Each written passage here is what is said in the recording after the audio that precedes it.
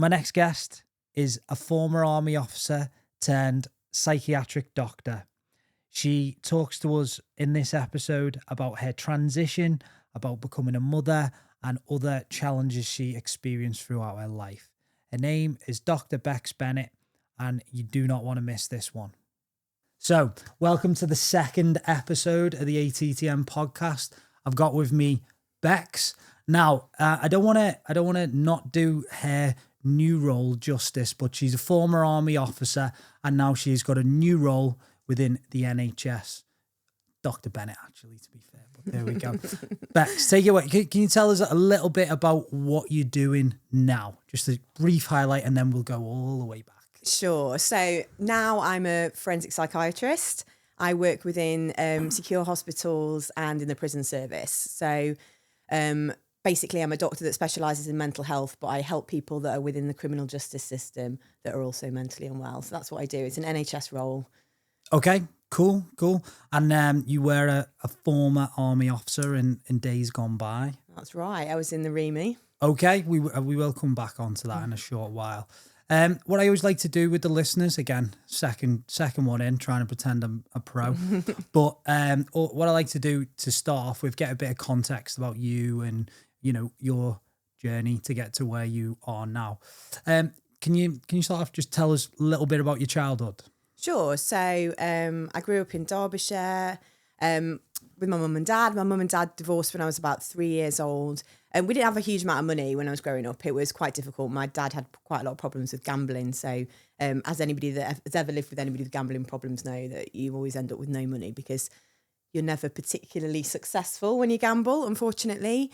So that was quite difficult. My mum was a nurse. She worked quite hard. She worked quite long shifts. And I was looked after predominantly by my nana, who was, you know, sort of my primary caregiver at that time.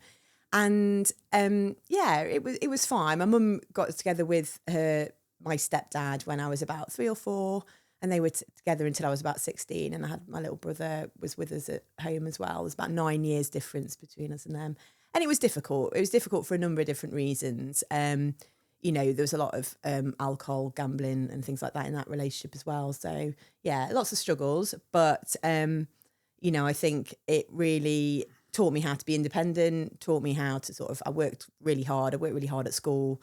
Managed to get to university, did quite well. I did mechanical engineering at university for my first degree. And then, joined the army after that. Something I'd always wanted to do, really. So, you talked a little bit about this on a podcast I listened to with Hugh Keir, friend of the podcast and me. What made you get into engineering? I sort of convinced myself when I was about 16, 17 that I didn't like people, and I just wanted to deal with machines because it was easier. Because people, how ironic, people were annoying. I didn't understand them. I didn't understand what made people tick. I found it quite difficult, and I thought that machines were easier. So I went and did engineering. Okay. So you were a REME officer? I was, yeah. So for any listeners who might not know, REME, Royal Electrical Mechanical Engineers. I was a Royal Engineer, so we were more like building things, etc. And these guys are more like the machine side of life. But there's nuance to that, which we don't need to go into now. How did you find engineering, being a REME officer? Well, I think when I was doing engineering at university, I was like one of only a handful of girls on the course. So there's like 150, say, in the year, and you'd have 3 or 4 girls. So I was always in the minority. Oh, that is that's even like a minority for the military as well. Absolutely. That's like even, So I did, because it was mechanical engineering and there was some manufacturing engineering in there as well. I sort of knew, I was sponsored by the army whilst I was at uni. So I got a military bursary, which was good. That paid my tuition fees at the time, because it was when tuition fees were only about £1,000 a year. So it was fine. And they covered that. And then I went into the REME and I really loved it. They were always the corps that I wanted to join. I'd gone on a fan visit when I was about 15, 16. I had such a good time. They really looked after me. And I think throughout my university time, I was, they sort of took me under their wing a little bit, and there'd always be events on. They were always contacting me. And I thought, it's a really nice family to join. And so I was really, really pleased that I was able to commission into the REME as a REME officer. And yeah, I was there for about, I think I did about 8 years in the end, a variety of different posts. I actually did less and less engineering as time progressed. I did lots of other things. But yeah, it was good fun. Okay. And so let's talk a little bit about your service itself then. So from what I recall, you went to both Iraq and Afghanistan. That's right. Yeah. Which one what was the contrast for you? What was the biggest differences between the two theatres, would you say? For me, Iraq, I'd literally just come straight out of Sandhurst. So I came out of Sandhurst. I'd been I'd moved out to Germany. I was probably there for a handful of weeks before I went to join the unit out in Iraq. They were already out there. I was with 3 Battalion Remy. And so I was brand new. I was brand new to being an officer. I was brand new to, exactly the regular army. And I was in charge of this platoon, and it was quite difficult because you're sort of really finding your feet, but you're having to find your feet in that sort of environment, which is unusual. And we were predominantly at Shaiba Log Base and then onwards to sort of Basra. And at the time, there was lots of like threats from mortars and things like that. And I was predominantly just based in camp, really, just sorting out I did a bit of PAX platoon, I did a bit of support platoon work. And it was just really finding my feet as an officer. So it was very different. For Afghanistan, I actually went out as an individual augmentee. So I took a role within psychological operations, which was part of strategic communications, information operations. So based in like a multinational headquarters in Kandahar. And it was really interesting because it was a really interesting role. But I went out as an individual. So I didn't go out with a unit. I just went out to fill a post. So it was a very different job. I was, a fair few years along in my army career by that stage. So I didn't have any soldiers to look after as such. I was just doing a sort of a staff job. So quite different roles for me. Okay. Interesting.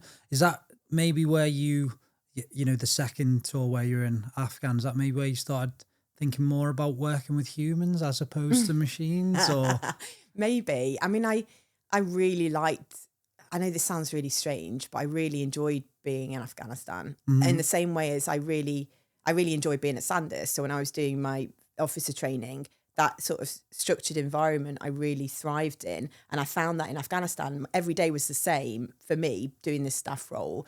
There was occasionally where I went out to some of the FOBs and went on some visits and things like that, which, made it slightly different. But predominantly I'd get up at the same time. My meals were at the same time. I'd eat the same thing every day. I'd go to the gym. I'd, come back and I'd work really late. We never got any time off. It was just how it was. And that routine, I really enjoyed. When it comes to sort of thinking about working with people, I think that came afterwards. So after I'd been to Afghan, I went and took a job with the Royal Tank Regiment. I was LAD commander. So I commanded their workshop, looking after their vehicles. Just for the listeners, what's an LAD? So a light aid detachment. So it's like the workshop that looks after the vehicles, the equipment, weapons and things like that. So the guys that I was in command of did the repairs. I just sort of basically like a giant quick fit. Absolutely, in a roundabout. yeah. If we were gonna, That's what it says. If we were gonna super demilitarize it, that was it. And I was like the manager of Quick Fit, yeah, basically. And I think then what I started to see was a lot of the guys. Well, I wouldn't say a lot, but probably too many of the guys were starting to struggle with their mental health, and also starting to have some of those issues from Iraq, Afghanistan coming back to bite them. And I think that part of the job, so more of the welfare side of the job, the dealing with people side of the job, was what I cared about most. I didn't really care too much about that Land Rover's broken, or the Kosh locker needs an inspection, or somebody's not filled in that ECI form correctly, or there was that part of the job was what I had to do as part of my role, but wasn't what really interested me. What interested me was the people aspect of it. And I think that just came as I had matured through my life, and I actually realised that I actually did like being around people. I just didn't, and I was learning more about people and what made people tick. And actually that was the most interesting part. So it's almost like I completely flipped 180. Do you think, now this is just something that popped into my head before, which could be completely way off course. But do you feel like throughout your service, it almost created the skills for you to have that interest in the human side of life? You know, like you were able to kind of appreciate different nuances more, or do you think that could? I think so. I think particularly as an officer, my main role was to look after the guys and to make sure that they were doing okay, think about their careers. I'd write their reports all the time. So, you know, how they've been getting on. I'd deal with a lot of their welfare issues. So if they were having problems at home, or if they were drinking too much, or if they were getting into trouble, like I have to go to court and, you know, help support them in that way. So there was a lot more of the people aspect of my job that I was doing it just as my role as an army officer. I think that's what you don't realise. And definitely not what I thought being an officer in the army would be like. What did you think it was going to be like? I don't know, jumping through windows, shooting guns, I don't know, something cool like that. But that was not happening. It probably is. It might be for some people. Maybe for some, but definitely not for me. Not for the Quick Fit manager, no. Not for the manager of Quick Fit. I was mainly behind a computer or you know, walking around a workshop. But yeah, I think that the people side of it was something that really started to appeal more and more to me. Okay.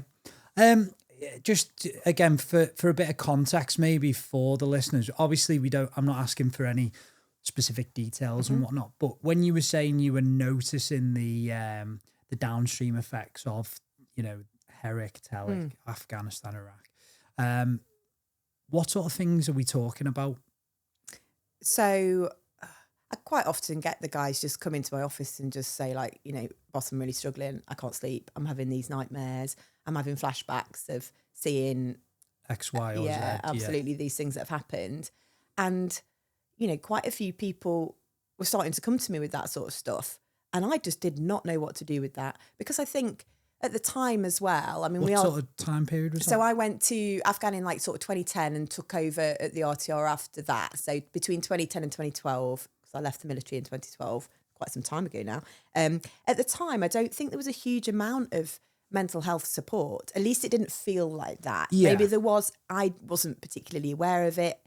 We were able to refer people, but it would take a while to be seen. And generally, it was different. People would perceive it very differently. People would be shunned a little bit, like there was something, you know, wrong with them. Like, oh, I don't want to go, like it was catching. I don't want to go near that person because they've gone mental or whatever it may be. So I found it really difficult, because I was like, I really want to help these people, but I don't quite know how to do it.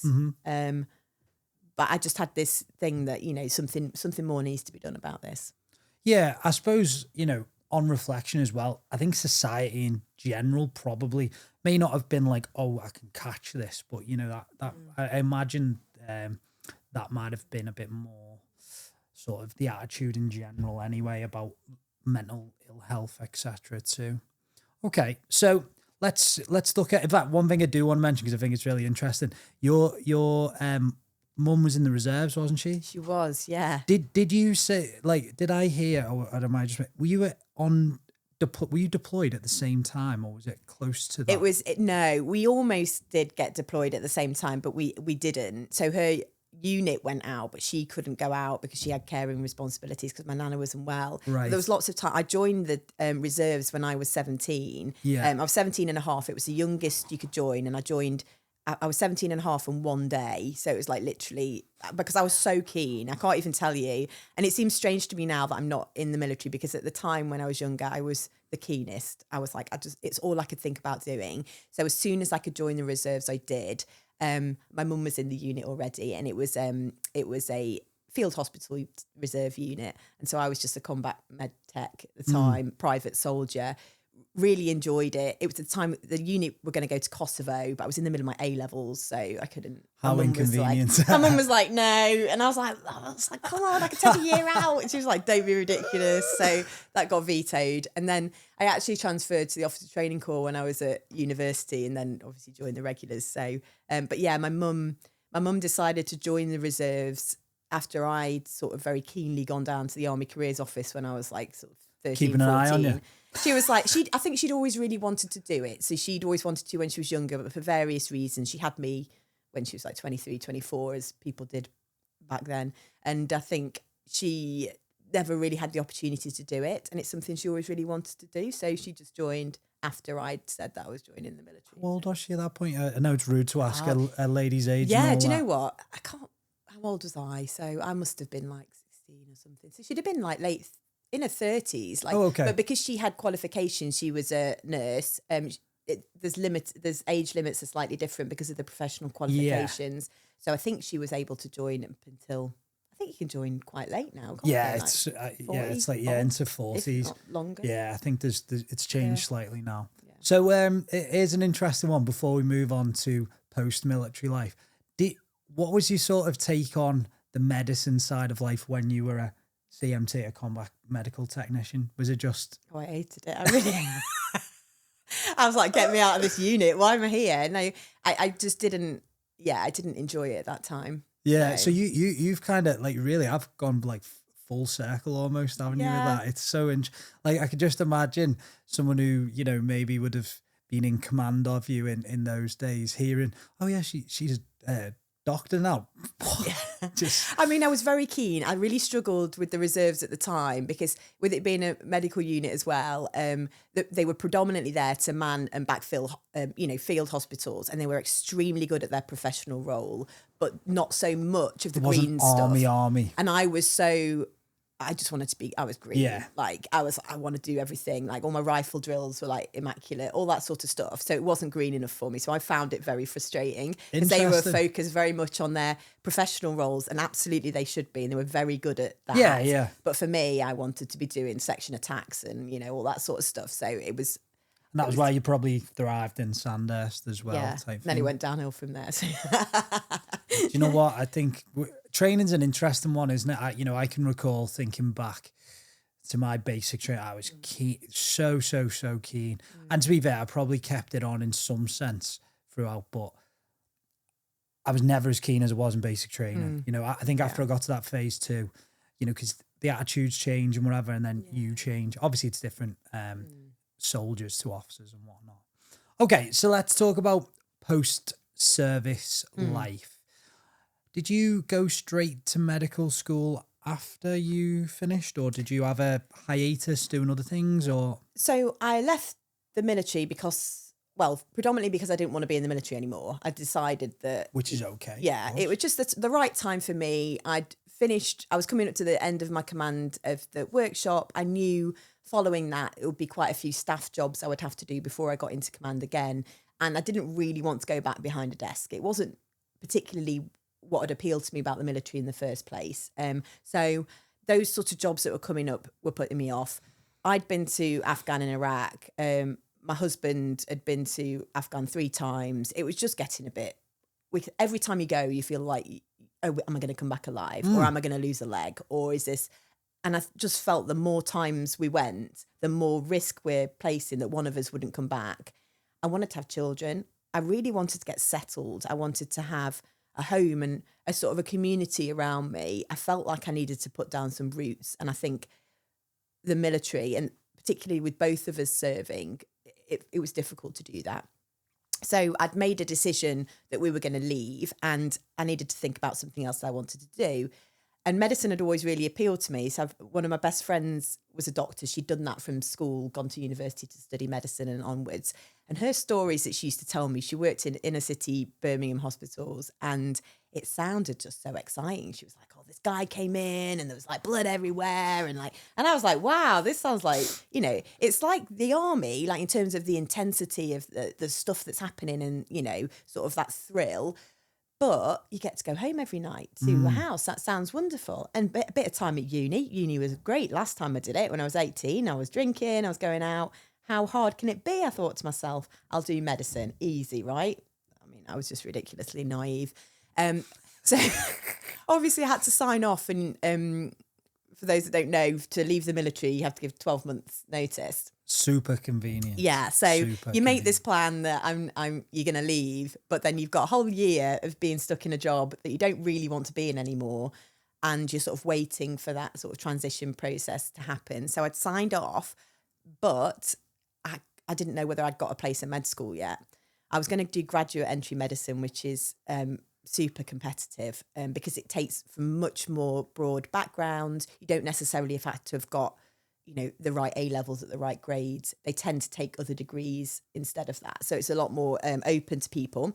So I knew how competitive it was, and I had to sign off and just wait and see. So I really hoped, I was thinking, what else am I going to do if I don't get into medicine? It's sort of all I want to do. Manage quick fit. Yeah, manage another quick fit.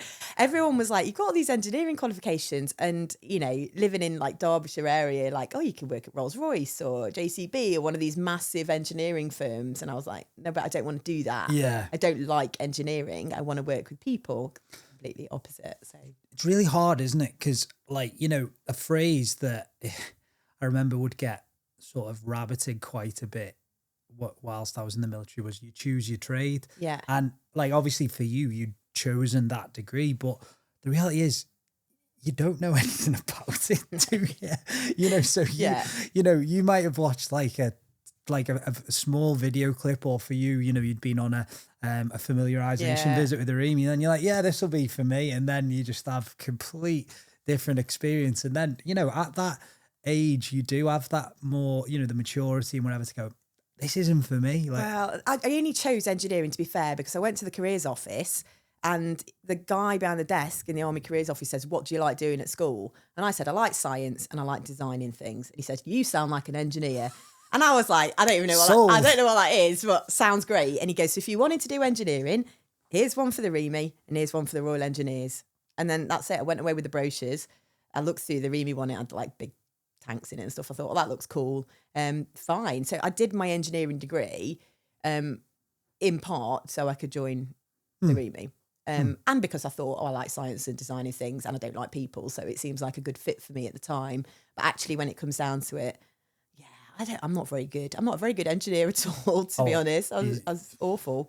Yeah, you're speaking to the worst ever plant operator in the whole of the military, so you don't need to explain that to me. It was bad. But to answer your question from what we said before, I did end up going straight into medicine because luckily for me, I did get a place. Yeah. So I left, I think it was 1st of September that was my last day in the military, and I think I started my course on like the 9th of September. Convenient. So, you obviously signed off at the right time and thought about it. Smooth transition in. I did have a bit of time off. They did give me obviously some gardening leave or whatever you do have. So it was fine, but I went straight in.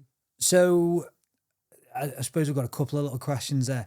First of all, how did you find transitioning out? So you've gone from being in command of, I like that little laugh, being in command of lots of soldiers to then you're a uni student with, I'm assuming, how old will the people have been? It was a real range because it was graduate. They would probably, the youngest would have been early 20s, 22. Yeah. The oldest was 40. Okay. Yeah, and I was 30, something like that, 29, 30. Okay, so how did you find that? It was awful. Okay. Okay, this is going to be good. So what was awful about it? I felt so isolated and alone. I felt like I stood out like a sore thumb. So I basically came out of the military. I think I was quite, I don't know whether brash is the right word, but I swore a lot. I was quite loud. I was quite direct. Just my general way, the way I held myself and the way I spoke to people found it a little bit like, oh gosh, you're a lot. Would assertive maybe be the right word? Yeah, I think you could probably say that. Yeah. I think assertive would be the right word, with a lot of bad language thrown in there as well. I think that was just, we ain't afraid of bad language here. But it was, I just felt like I was so different to everybody else. I felt like I didn't really fit in. Like my humour was really different. So I'd say a joke and people would be like, oh, Bex, you can't really say that. So again, but I'm not going to ask you to quote a joke or anything, but what sort of humour are we talking about? I suppose we'd class it as like black humour. Yeah. And they say in medicine you do have that black, dark humour, but it's not to the same level as the military. It really isn't. Yeah. Like, especially not, I mean, I don't know whether the military's got more, PC over the years, but I mean, definitely when I was in, and the jokes that people were making. Yeah. And I think it was that sort of, real black, dark humour that just wasn't appropriate in civilian world. Why, this is me. I'm conscious I don't want to go down a rabbit hole here because we've had plenty of chats before and I can't go down rabbit holes.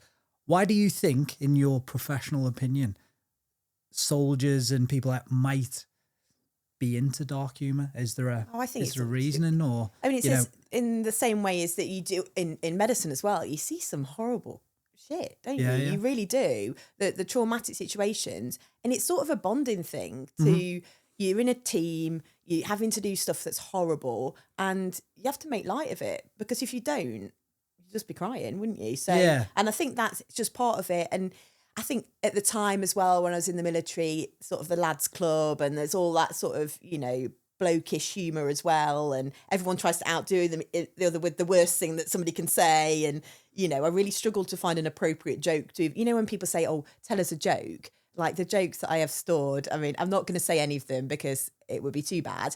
But I had these jokes in my head, and I was like, I really can't be saying these things. But it was just something that it was just part of life. I find it really interesting. I mean, I totally agree, by the way. I think cheerfulness in the face of adversity is definitely a excellent thing to have and utilize. But I find it really interesting that you just said, that you felt like so alone and whatever else, but yet seconds ago you talked about the Blokes Club. So like, why do you think that you might have felt more at home in the Blokes Club, if you will, than within that sort of setting? Do you know what? I'm not quite sure. I don't really know. I'd always sort of been more assertive, I think, as a woman. I'd always been more interested in sort of, like, I did engineering, I played rugby, and then I joined the army. They're all quite masculine things to be interested in. They don't have to be, though, do they? But I get what you're saying. No, they don't have to be. And I'm really, and I think definitely as I've matured, I've become more in touch with my feminine side and the strength of being a woman. I don't think I appreciated that so much when I was younger. And I sort of shunned against it. I tried to do everything against being a woman, or even spending too much time. I didn't have a huge amount of female friends until I went to Sandhurst, really, when I was in the female platoon. At the time, we only trained in single sex platoons. I know it's changed very much now, but I didn't have a huge amount of female friends. But now, I have a really close group of female friends. I'm really proud to be a woman. There's a lot of strength in being a woman, but at the time I shunned it. Yeah, okay, that's interesting. I want to go back to it again, though, so you said that you found it quite challenging, so you felt quite isolated. Yeah. What other things so you were talking about, like, being assertive, about, like, types of humour. Was there anything else that was a bit of a challenge? I really struggled just with being around people that were always late to things, that didn't listen when somebody was speaking. So we'd have a lecture and people would be just having their own conversation, or they just swan in like half an hour late and not even apologise, or fall asleep while somebody was speaking. And just that sort of behaviour that nobody else seemed to be bothered by. I mean, obviously you can recognise that it's rude, but for me it went beyond that. Yeah. I was filled with rage. I mean, it burnt inside me. I was so angry about this. I was like, they are late. They are 20 minutes late to this thing, and they're not even listening. And I'd get so, like, it would make me almost sweat with the amount of, like, rage that was burning in me. Everybody else would be like, oh, that's a bit rude, and get on with their life. But for me, that sort of real adjustment to how it was just so different for that environment that I was used to in the military, where you'd never turn up late for something. You'd just get annihilated, wouldn't you? If you were 20 minutes late, swanning in without a care in the world, it just wouldn't happen. People were just a bit scruffier and didn't really take any sort of pride in sort of coming to work or coming to university on placement or whatever, smartly dressed. There was lots of those differences, and I really, really struggled to adjust to that. And similarly, I think I had a bit of an identity crisis in terms of I was no longer, Bex, the army officer. I won't say just Bex, the medical student. And people treated me as a medical student. And so you'd go onto the wards and they'd be like, oh, no students in here, and pull a curtain in front of my face. And I'd just be like, you've no idea who I am. Not like saying, oh, I'm a pretty big deal around here. I've got many leather-bound books, all that sort of stuff. It wasn't like that. But I was just like, I just found it really difficult to adjust to that real, I suppose, just a real drop down from where I was before. It was really, really hard to get my head around that. I think, I would say, I imagine a lot of people will have, who are listening will have had a similar experience as well. So, I really wouldn't have thought you'd been alone in that one. How long do you think it took for you to actually move from, like you say, Bex, the army officer, to actually be in a bit of a groove when it came to being a civilian, shall we say, not just Bex, Bex, the medical student? Or I think I felt better after about 3 or 4 years. And I think that you're surprised by, but the time, I think it does take time. And I felt like after 3 or 4 years, I felt like I was more comfortable with it. I mean, I think now, like I said, I left in 2012. We're in 2025 now, and I still not hugely comfortable with things like people being late or certain behaviours that are so ingrained into you. Me today. And I was like, you're very tardy. Yeah. But I think there are those things I don't think will ever leave me, but they don't make me angry anymore. And I think that's the difference. So like, I still recognise it as not how I would be or, but I don't get filled with rage. I'm just like, that's just the world. I still sweat if I'm going to be late for something, but I recognise that probably other people are going to be late as well. So I could probably just relax a little bit. Yeah, it's that whole not judging other people by your standards, isn't it? That's it. And I think I've become a lot more comfortable with just saying, just do you. Yeah. It's fine. And it's not the end of the world and nothing bad happens. And I think it's just being able to recognise that and relax a bit more into it. But it takes a lot of time. If it did for me anyway. Yeah, again, if I was to reflect on my own experience, I would say even silly little things like the way I would show up at like when I do corporate training. I used to basically wear a suit and I'd have a long sleeve top on, and I was always kind of like very uncomfortable in my own self, if you will, in the sense of the biggest thing I was scared of was somebody thinking I was like a squaddy. But then after a while, I was kind of like, people want to work with me based on my experiences. Yeah. And for me, COVID helped a lot with that because, people who I'd been working with for a few years didn't even know I had tattoos. And it was like, weird because it was like, oh, I've known you for about 2-3 years now.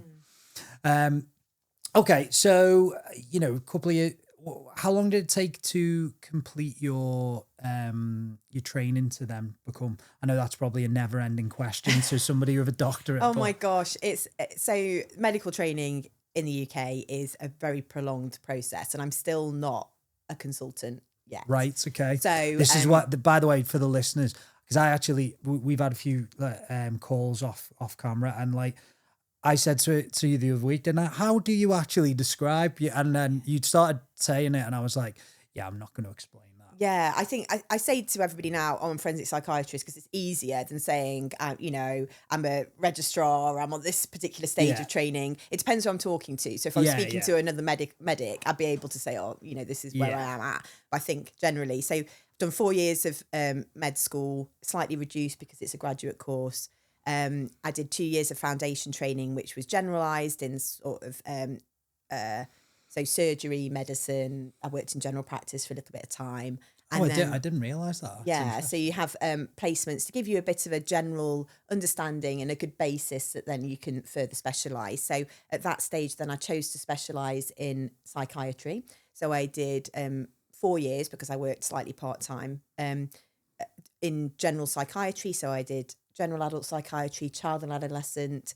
I did older adult psychiatry, really getting a bit of an understanding of all the different types of psychiatric work that you can do. And then from then, I've now specialised in forensic psychiatry that is working within secure hospitals, prison service, anybody that's been in contact with sort of the criminal justice system.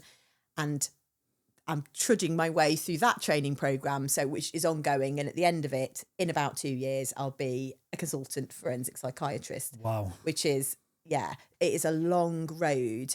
And I think I was a little bit naive to how long and how difficult that would be when I first started that. Oh, it'd be easy. I'll just go to uni. How hard can it be? Sort of just need to get out of the army. I need another job. I'll do this. It's hard going. Mm-hmm. Do you, because obviously we will talk about Sisters in Service in a little while. But I wanted to just like get a little bit more of info relating to your current role. Mm-hmm. Do you have much out of interest? Because obviously with it being criminal justice system, it's not necessarily going to, but do you have much interaction with the veteran community directly through that role?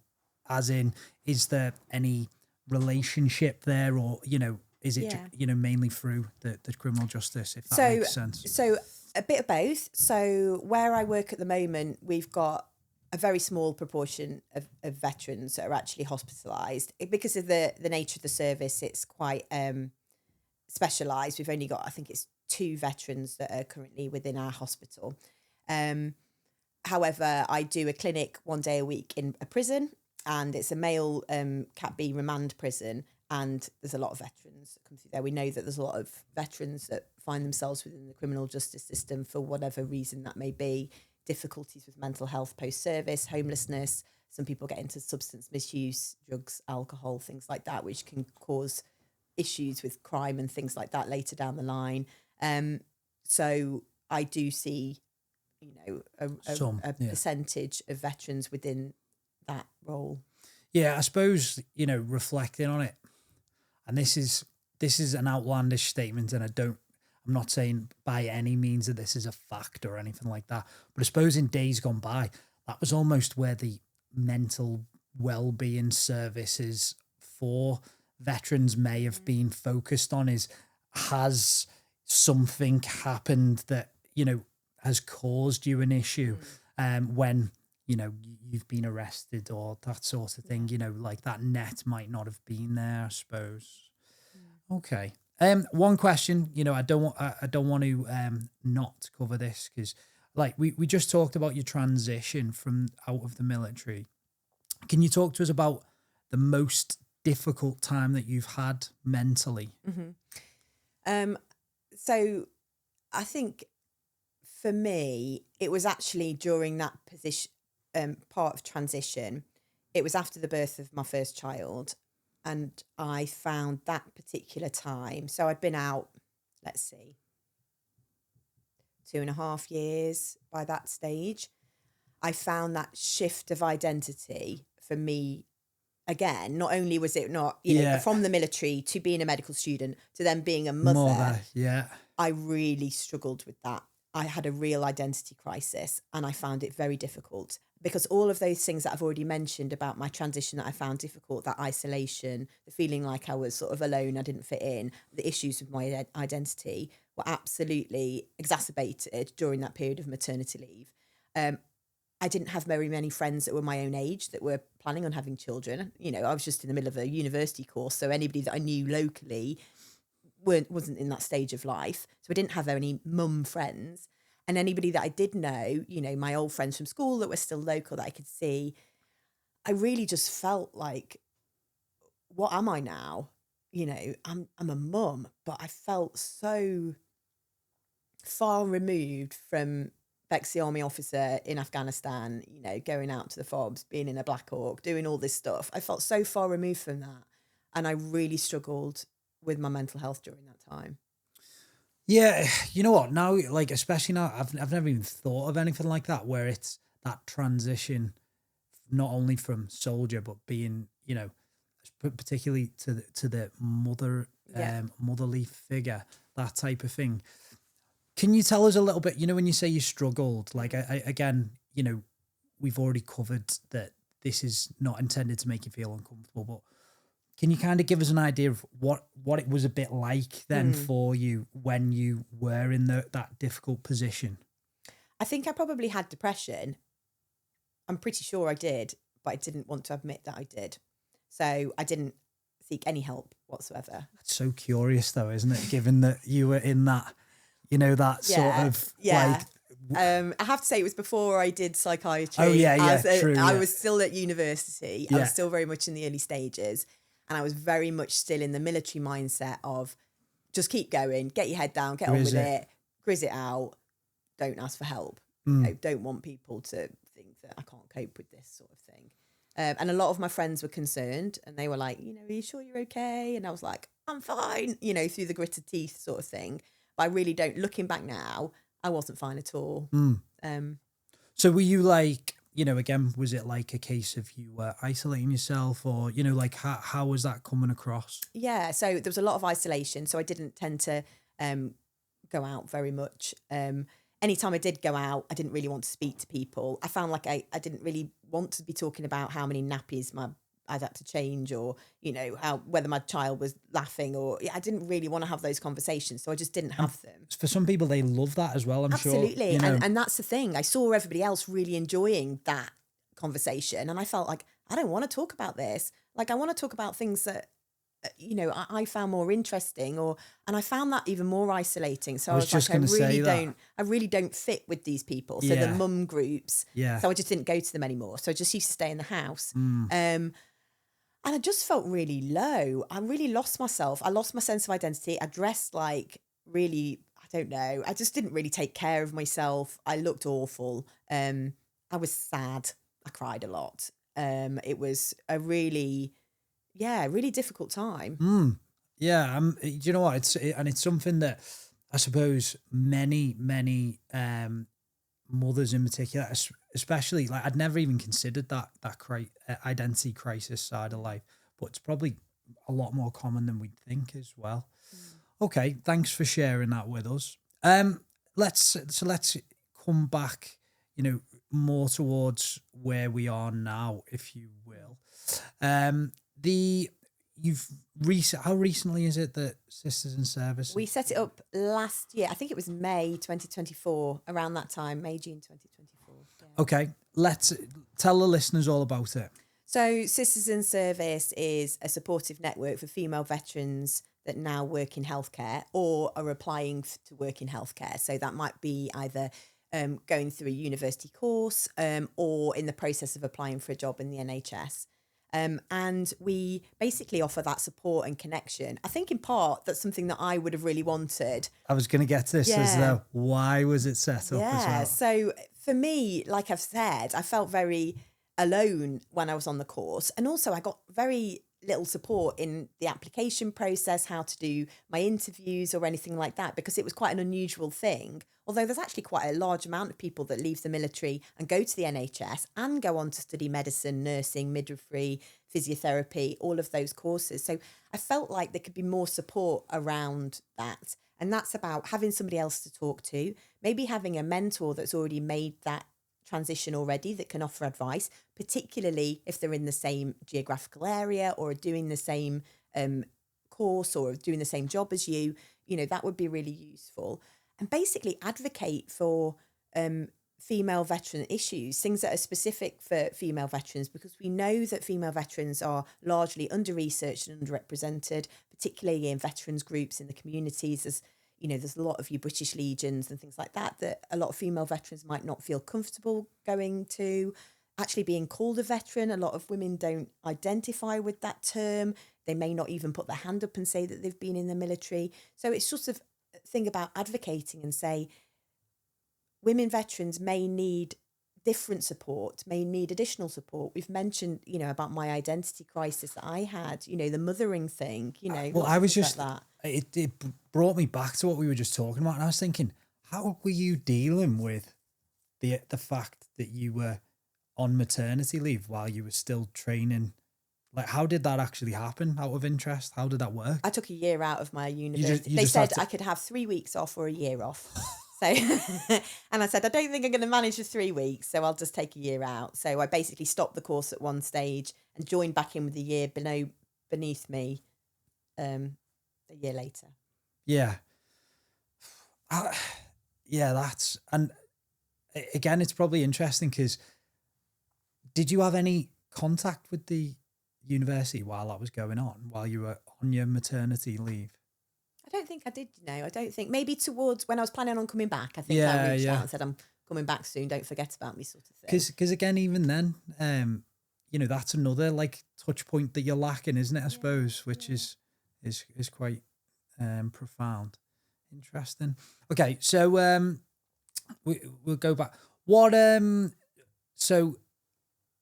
what actually made you start it though? Like, as in what? So you've told us about like the issues that you want to, but what made you think? Because you're a co-founder. A co-founder. So Gemma is a psychotherapist. She has started the network with me. Both of us were at a veterans conference.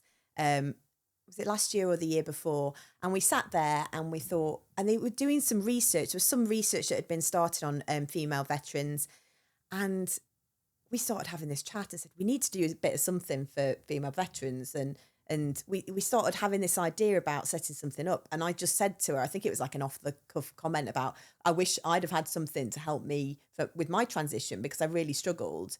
And then it was like, well, why don't we think about something? And the idea of being particularly in healthcare, I think for me, what we see is a lot of people that have been in the military have a real like can-do attitude from what I can see. We tend to get on with stuff. We keep going. We've got that robustness and that resilience to sort of keep going and keep pushing through things. And I think when you put people with those sorts of characteristics in what essentially is a failing system, like the NHS at the moment, what we find is these people tend to be the people that are holding it up. So, you're still here. You have a bit more. The broad shoulders. Everyone else is falling off for the side of you, and you're the one that's taking on more. Don't quit. Just keep taking that on. Keep taking that on. So there's a feeling that there's a risk that we're going to have more problem with burnout of this particular group of people. There's a risk of moral injury because people will have seen things in the military, and maybe that's going to be exacerbated by things they see in the NHS. And can you do your job that would fit with what you think is right? Bearing in mind, there's no money, there's no, resources. Are you able to give your patients the best care that you can? Is that going to affect you in terms of your morals? We've had women that have spoken to us about. Can I just pause you one second? Sure. Can you tell the listeners a little bit about what moral injury is? So moral injury is a term that's come out of sort of the military, and there's been used quite a lot when we think about in healthcare during COVID particularly. It's this idea that you are unable to provide the right support, care, action, or you are being inactive in helping people because of restrictions of the system or the environment that you're working in. So it actually causes you that moral pain. Conflict. Moral conflict, absolutely. So you really, and we saw this in COVID quite a lot with healthcare workers, particularly around not being able to allow family members to come in and hold the hands of the dying. And people said, everybody when they die should have, have the ability, if wherever possible, to have their loved ones around them. And they're having to stop that, and they're not able to provide the care that they would normally be able to provide because of the circumstances that they find themselves in. And I think we have this a lot in the NHS at the moment, that there's just no money. So people are having to wait so much longer than they ever would do for procedures, operations, even to see somebody for an opinion. You don't have any staff because we can't recruit anybody because there's no money to pay. So people are leaving, but then there's just a gap because you can't pay anybody. So you're wanting to support these people and do your best, but you can't because the system is dragging you down. And that can feel awful. I know we're seeing it at work where I am at the moment. I know this is NHS wide. You want to do your best, but you are being restricted. And that can really cause that conflict, that internal conflict with you. Mm-hmm. So it was a kind of, when you were describing it before, was it a bit of like a Step Brothers moment? Like, did we just become best friends when you were both like, yeah, we need to get this sorted? Yeah. Have you got any projects running currently that you want to tell the listeners about? So really, we're just trying to get the message out there about Sisters in Service at the moment. There's lots of things. We try and pop up as many events as we can. We really want to work sort of collaboratively with as many people as possible, because we want to be able to grow our network. It's all about having those people that have trodden that path before you to offer that sort of support and get the message out there that, you know, these things can cause And problems. there's there's pathways, B, there's support network, and and it's recognizing the issue. I mean, one of the other things we look at is things like re-traumatization. So we've got one of our networks who has left the military and is studying on a midwifery course, and you know, she reports that she's gone onto the wards and she's found it really re-traumatizing. It's bringing back memories of when she was in Afghanistan, you know, and I've spoken to many women that are having these same problems, and we want to say, look, there's support out there. You know, we need to recognize that this can happen. Actually, working in healthcare can re-traumatize people that have seen things. They don't have to have been in medicine or nursing or whatever it was in the military. It's just those sort of those memories and that environmental thing. So that support. So in terms of what we're doing at the moment, is just really growing our network. We've got a mentorship program so people can have a mentor or be a mentee, so help with that transition.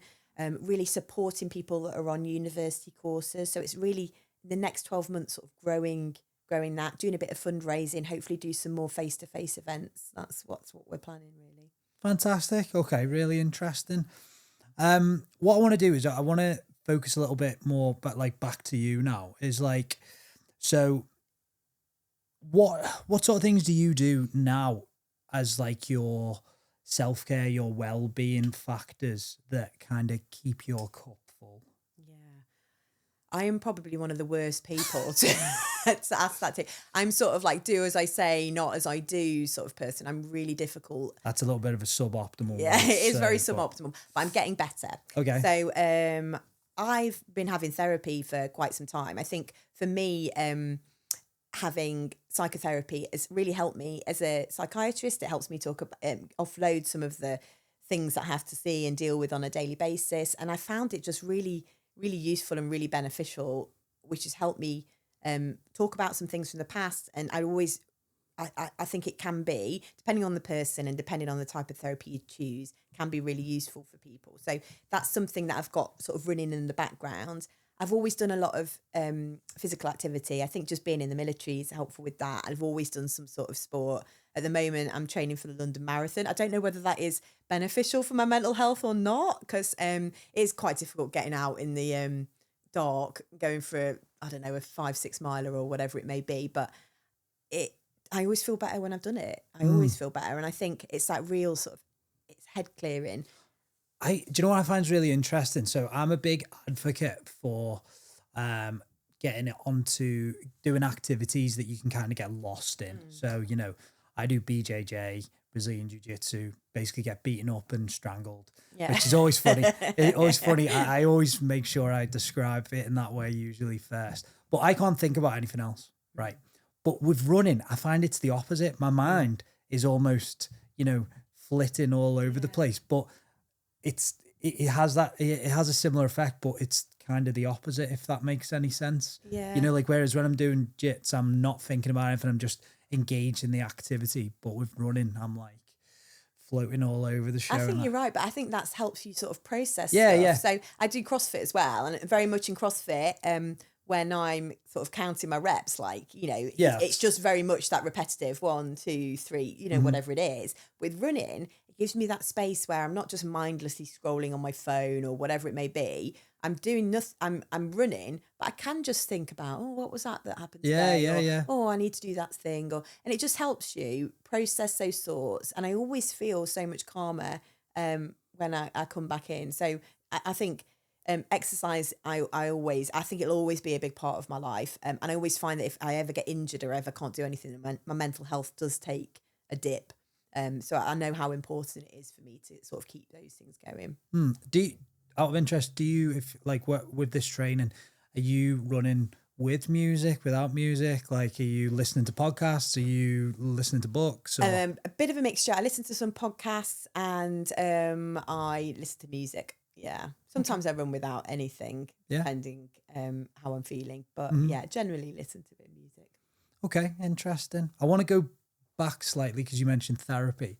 Obviously, given the work you do, did you begin therapy as part of like, is it clinical practice or that type, or was it that it was like, do you know what? I've reached a point where I feel like this is going to benefit me. Like how did you start that journey? It's a real mixture of both. I think mainly I probably needed it. So that was really... Can you give us a time frame roughly of when you might have started it? So just out of I've been doing interest? therapy now for about 2.5 years. Mm-hmm. So I'd already at this stage been starting to give therapy to patients. And some people get a strange idea about what psychiatry as a profession is, because people imagine lie it's just down. lying on a couch and Yeah. me, doing therapy. That's not it at all. That's psychotherapy, which is the part of psychiatric practice, but it's not what I do on a daily basis at all.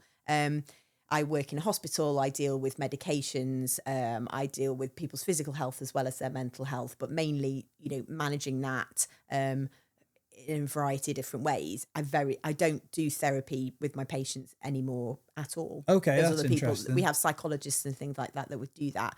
But as part of my training, I did have to have an appreciation of it, because obviously if it's something that I'm recommending to people, I need to know sort of how it works. So I took a patient through cognitive behavioural therapy.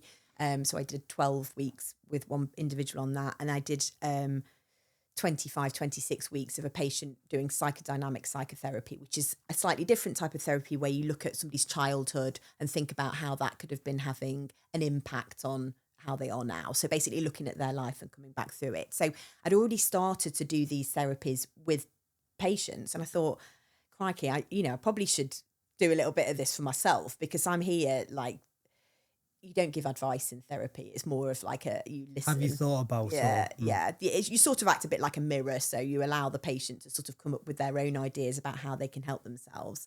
But I thought, gosh, here I am. I felt a bit fraudulent. I was like, well, I've got a lot of things. And it's always something that's recommended in psychiatry, particularly if you do more psychotherapy, to have therapy yourself.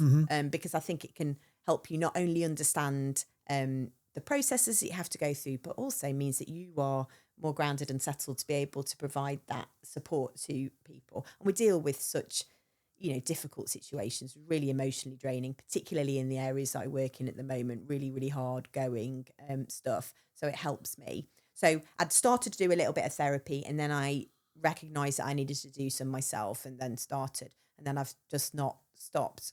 I think it's like, you think, I'll only just do 6 months of this. And then I've ended up doing like 2.5 years. I think, again, though, I think that's an important message as well, isn't it? That like, what if somebody had a barrier to accessing therapy, like an opinion?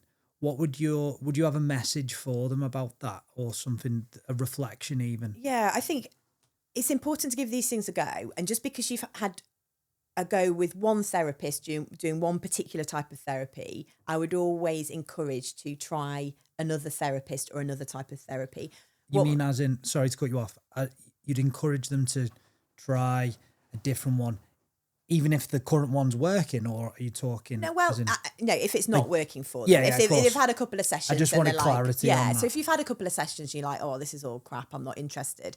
What we find is the most successful metric from therapy is the relationship you have with your therapist. So you get on with them, or you respect them, or there's something, it might not even be that. You might actually think they're an arse, but there's something about the relationship that you have that brings that stuff out of you. And that is what makes therapy successful. So it's important you do a bit of shopping around. And sometimes, unfortunately, what happens, you might go to your GP, they may recommend you self-refer for some talking therapy, and you may go, you'll get 6 to 8 sessions on the NHS for free, but you might get somebody that you're like, I can't relate to this person, they don't understand me, they're not listening. And then you might say, I'm never doing therapy ever again, because it was a waste of time. I would encourage people to have a look, see if there's anybody else that you could go to. It may be that you need to try a different type of therapy. So there's lots of different types of therapy out there, depending on the issue that you have and where that problem's coming from. So I would encourage people, without getting into too much of the detail, obviously there's lots and lots of different things. We've got EMDR for PTSD, there's CBT if you've got anxiety is particularly good. If you've got long-standing problems, more longer-term psychodynamic therapy might be better. There's so many different types. It's the same with medication. Just because you try one antidepressant and it doesn't work for you, I wouldn't say give up on all antidepressants. We've got a lot of tools in our toolbox that we can use, and it's about finding the right one for you. We're all very individual. We all have very individual issues, and it's important to find what is right and what fits you better. Yeah, okay, that's really good insight for everyone. Thank you very much. What about so you kind of answered if somebody was already ready to go for therapy. What about for those that might be like, either not? Because again, my personal take on it is a lot of people tend to only see therapy as like, I am broken and, or I am in crisis and then I need therapy as a result. How about somebody who just hasn't really felt themselves and they don't really know what, maybe they're a bit lost, maybe, going through a little bit of identity crisis like you talked about earlier. Is there any ways we can get over those barriers for people to actually engage with the service, do you think? Yeah, I mean, I think it's about understanding what things like therapy can provide you, because really it's just carving out that hour in that week where you are just focusing entirely on yourself and what problem it gives you, that space to be able to think about how can you sort this out. So you think about things like identity crises and stuff. You might think, well, actually, I'm not that bad. Why do I need to go and see somebody about this? But what it gives you is that time and that breathing space to think, actually, why do I feel like this? Where's this coming from? What could I do differently? How could I approach it? It just gives you that safe, secure space where you're entirely just focused on yourself and how to solve that particular problem, rather than trying to do it in the margins, like you're cooking your tea or let's have a think about why I feel so crap. It's not going to work like that, I think. And having somebody that's a professional that can also guide and support you through that is really beneficial. So I think, you have to be in. I think it's difficult, isn't it? Because some people will just never think that therapy will be the right thing for them, and you can't force somebody. To do that, can you? You can't say, "Oh, look, I know this is the right thing for you." Yeah. Just give it. But I would encourage people to try it, because I think it can be really useful. Yeah, and that was why I wanted, with an expert like yourself, I wanted to try and really look at removing barriers, because, again, I think something that people don't. It's a bit like a personal trainer in the gym, isn't it? You might be going to the gym already and be okay, just kind of like plodding along with your routine. But then if you were to speak to somebody else who can guide, like, I think guide's a really good word as well, because people probably have a perception that therapy is going to be like, this is what you need to do to fix yourself. Whereas in actual fact, it's a lot more like, have you thought about this? Or, do you think that feeling the way X, Y, Z, I'm not going to dive into full examples. And then, it helps you notice those things about yourself. So it's like, they'll say things like, it sounds to me that X, Y, Z. Do you know what I mean? So it's like, it's almost reflecting back on you what somebody is hearing. And you're like, oh, actually, yeah, that is how I feel.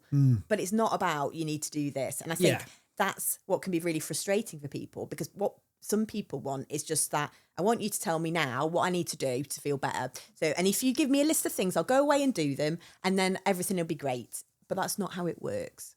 The first time I ever went to therapy, that was literally what I did. I walked in, I was like, right, I'm quite tactile. I need some techniques. I'm there like Brecon pointing the guy. Me now. And he's kind of like, mate, this is not going to be going down like that at all.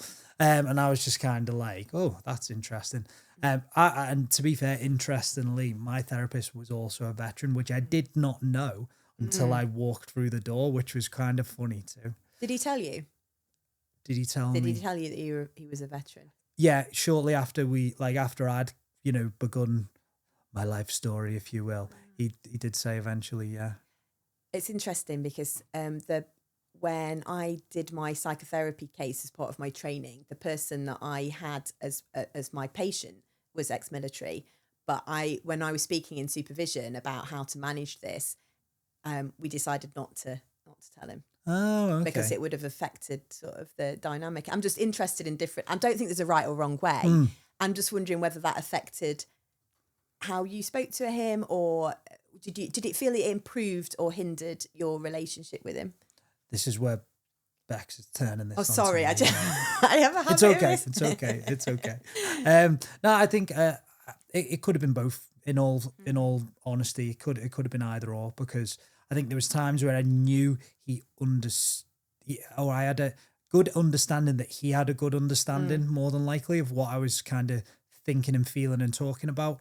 But there may be times where I obviously assumed he knew more than he did. There's probably a bit of both. But also, I think what did help was there was times where he was a bit more robust with me, maybe. And that, again, I think knowing his background helped me kind of not worry about that robustness, if that makes sense. So yeah, it's a bit of both, probably, in all honesty. Okay, you spoke about something there, and I did mention it before, and I was going to wait for another time potentially, but we talked about SSRIs then. Yeah. There's a big stigma around medication to do with mental health and well-being. Can you tell us a little bit more about how these drugs work? I know obviously we had a little, we don't know it fully, but more just, I want us to try and, because I think in my experience, when you talk to people, a lot of the time people have an issue with it without actually understanding that it's a medication, much like if someone had a heart issue, we probably wouldn't be like, ooh, I don't know whether you should be on them beta blockers, mate. You can get addicted to them, or that type of thing. Are they addictive? No. Is there any abuse potential whatsoever? No. And that's obviously something that a lot of people don't understand, isn't it? That it's... You can get withdrawal effects. So in certain types of antidepressant medication, if you've been on them for a long time and then you try and come off them too quickly, or you cut your dose too quickly, it can cause you to feel really rubbish. So that's why it should always be done in conjunction with speaking to a medical professional about it. But in terms of whether you get any sort of addiction to it in terms of like a psychological or physical addiction, no. But we just have to be careful when we're sort of stopping and starting certain types. If you think you might want to only be on something for a shorter period of time, for example, then there's different ones that you can choose that are maybe easier to come off than others. So that's sort of conversations that you can have with people. Do you think that with those types of medications, some of the issues are related to how late somebody might have left it before they actually engage with services? It's difficult to say. I mean, everybody's got their own ideas about sort of antidepressants. And I always think to help somebody truly with a mental health issue, you have to look at somebody holistically. So look at the whole person. Medications can be a really helpful part of treatment. And I always see it as a bit of a leg up to get over a wall, but you're still going to have to climb over the wall yourself. So there's that psychological element of it. So what else can you do to help yourself? So that might be therapy. That might just be general lifestyle things, like making sure you go to bed on time, eating right, drinking less alcohol, not doing drugs, going to the gym, seeing your friends and family, not isolating yourself, all of those things. So those sort of psychosocial parts of it are equally as important. The medication can just give you that little bit of a boost to enable you to do it. So some people, when they're really severely depressed, will be in bed, unable to get up, won't be having a shower, won't be washing themselves. When you take these medications, that might just give them that little bit of energy, that little bit of a boost to be able to go, oh, I'm going to have a shower today, or even I'm going to walk the dog. And then the benefits that you get from being out in nature, maybe seeing a friend, maybe just having some nice clothes on so you don't feel like crap, those will also boost mood and things like that. We don't have a hugely great understanding on how antidepressants work. We know that we use them. I knew this was coming at some point after what you said earlier. So it's about boosting neurotransmitters and serotonin, and these are all great, but we don't really understand what depression is, and why some people are depressed and why some people aren't. And like we say, it's a really complex subject in looking at somebody in its entirety. How much is somebody, is it to do with inflammation? Is it to do with a reduction in neurotransmitters? Is it to do with brain wiring, genetics, resilience, robustness, all of these things, that it could be? We don't have a huge understanding, but we do know that these antidepressants work. If we can find the right one for you, and remember, I've said before, it's quite an individual thing. We need to find the right medication at the right dose. They do work for people, and they can be life-changing, really can be, and life-saving.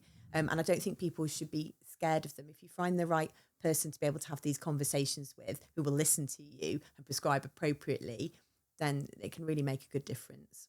Yeah, I think it's quite a challenge, isn't it? In the sense of people, and again, I'm going to generalize now, but a lot of people kind of feel like if you don't say that they're bad, that you're like a massive advocate and everyone should be on them. And it's like, actually, it's probably more of a, let's just keep them on the table. They don't need to be, It's part of it. I'm not a drug pusher. I'm not like everybody needs to be on a medication. Absolutely not. Because that'll save money as well, won't it? I just think, for some people with a bit of, low level depression, they may be, if they get their sort of lifestyle sorted, the good sleep, the food that, like we've mentioned before, that might be enough. Even just getting out amongst their friends, socializing a little bit more, they might not need it. But it's that tool that's there that actually says, we've gone a bit beyond what we can do with you just getting a good night's sleep and eating the right food. I think you need a little bit more of a help. Let's try a bit of these medications. That might enable you to be able to handle a bit of therapy. We'll do a bit of that on the side. Let's think about how else we can think of supporting you. Some people find antidepressants great. You can be on them long term if you want to be. Some people, it just doesn't agree with them. It's all very individual. Yeah, I like it. I think my sort of take, which is obviously not an expert take compared to yours, of course, but I think a lot of the issues is people wait till they're so far gone. Yeah. It's almost like, you get a cut and you're bleeding, and for whatever reason that isn't stopping. They wait until they've got like half of their blood supply left and they think, oh, I might have to address this. And that's the way I'd kind of look at how often people can treat poor mental health as well. I think that's largely to do with a stigma around it, a thing that you can just think yourself out of it. So, why don't you just be a bit happier? Why don't you just get and do these things? You can just go out and have a walk, or just what you're miserable for. You've got nothing to be sad for. You think you can think yourself out of the depression, and actually, in some cases, you can't. You won't be able to do that. So you sort of leave it, and then you realise, actually, this has got bad now. And it almost gets to that crisis point where you're sort of forced into action. And you have to see it for yourself, because often friends and family see it first and they're like, do you think you might need to go and get help? And the amount of texts I get from worried friends and family, oh, Bex, can you provide some advice? I've got a cousin or a brother or something. How is that out of interest? It happens. I have to say, working in mental health, I do get approached quite a lot by a lot of people, either in person or over text, about poor mental health problems. Yeah. It's, the equivalent of like a GP where I've got a rash. Can you do something about that? Yeah. But I think with mental health, it can be, so I've been at weddings, at social functions, having a really nice time, and somebody's gone, I tried to kill myself once. And I've been like, oh, that must have been really difficult. And then you feel like, not an obligation, but somebody's just sort of admitted this terrible thing. I've got a glass of Prosecco and I'm like, oh gosh, it must have been a really bad time. And they go, yeah, it was awful. And then they disclose all this information. And I'm like, oh God, I just want to forget about it. Because, I work in a really dark world, especially with the patients that I deal with. They've often committed quite serious crimes, got quite serious mental health issues. A lot of them have had a huge abuse history. It's really, really horrendous. I have to talk about suicide and self-harm on a daily basis. It's something that's always in my mind. So when I'm not in that environment, I'd really like it if somebody could be a bit more joyful around me. But quite often, because I'm in mental health, people do take that opportunity to talk to me about how terrible they're feeling. And it's difficult. I think I can imagine that. And we've had a call before, and I remembered part of the call when we were chatting. I was like, this is a therapy session now. What's going on in there? We slip into it. Yeah.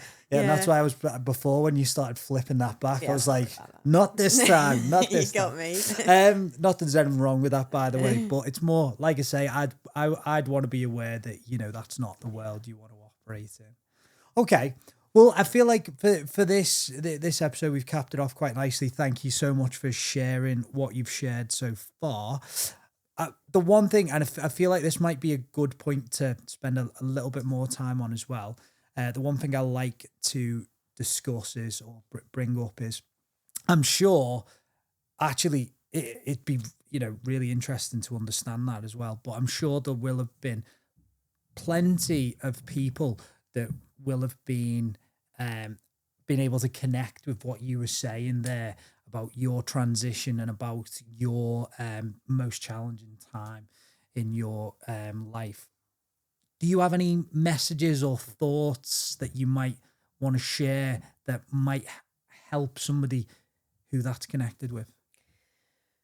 I think I wish I'd have realised that there was other people that felt like me. And I think if I'd have reached out more, I would have found those people and been able to have that conversation. And I think that's what I needed at the time. And I think that's in part why I've started Sisters in Service, is to sort of say there are people that are like me that have those same struggles. So I would always just say to try and keep that conversation open. There are more services out there that can offer that support. People do understand. There are people that have felt similar. It's just about finding them and finding that connection. So I just say to people to reach out if you feel you can do. When you say reach out, is there any like any advice to whom, or? Oh, I think it's all very individual. I think it depends what that was probably a bad question on my I think part, it depends what the issue is. So, for example, I mean, if you work in healthcare in any way, Sisters in Service are here to help and support you with whatever issue there may be. But there are other organisations that are out there for either female veterans or for veterans generally, as we know. If you work in healthcare, there's lots of support for people that are, there's Doctors in Distress, there's Frontline 19, there's lots of different other organisations that can offer that support and understanding. So it very much depends on who you are and what your issue is. But there's lots of different people that are sort of popping up nowadays. I suppose, again, like, just to correct me if I'm wrong, broaden the messages. Actually, there's a lot of people out there that so just reaching out to somebody, because even if they can't like help you in that immediate sort of time, then they might have ideas about other people you could reach out to and whatever else. Absolutely, that's it. There's always somebody that knows somebody that can help you. Yeah. Okay. Thank you very much. We'll make sure we put all socials for Sisters in Service. Please do engage and follow. And yeah, thank you very much, Bex, for coming down and spending time with us.